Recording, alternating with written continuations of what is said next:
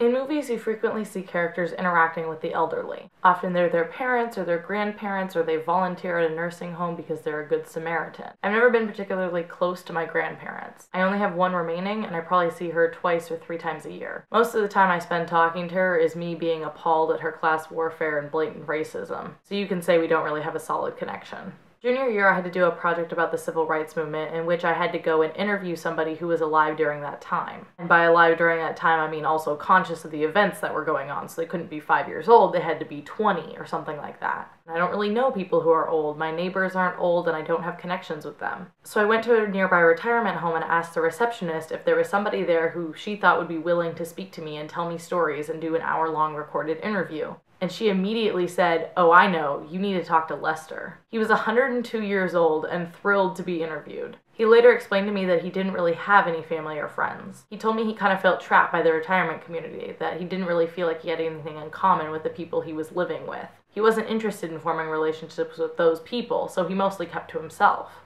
When I wrote him a thank you note for doing the interview, I said that I'd love to come talk to him again. I felt like he needed a friend, and movies made it seem like talking to someone who was older and wiser was really poetic and enticing. The timing wasn't right, though. I was busy with work and school, and it was becoming finals and transitioning into summer. And unlike most teenagers, my summers are just as busy, if not more so, than the school year. Furthermore, my parents really latched on to the idea of me forming a relationship with Lester. When you're a teenager, when your parents have an idea, that makes you turned off from it. Every time we drove past the retirement home, they would ask if I had set up a time to go see him. They got really excited about the prospect of him coming to Thanksgiving and Christmas and becoming essentially part of our family, and I had barely only met the guy the one time.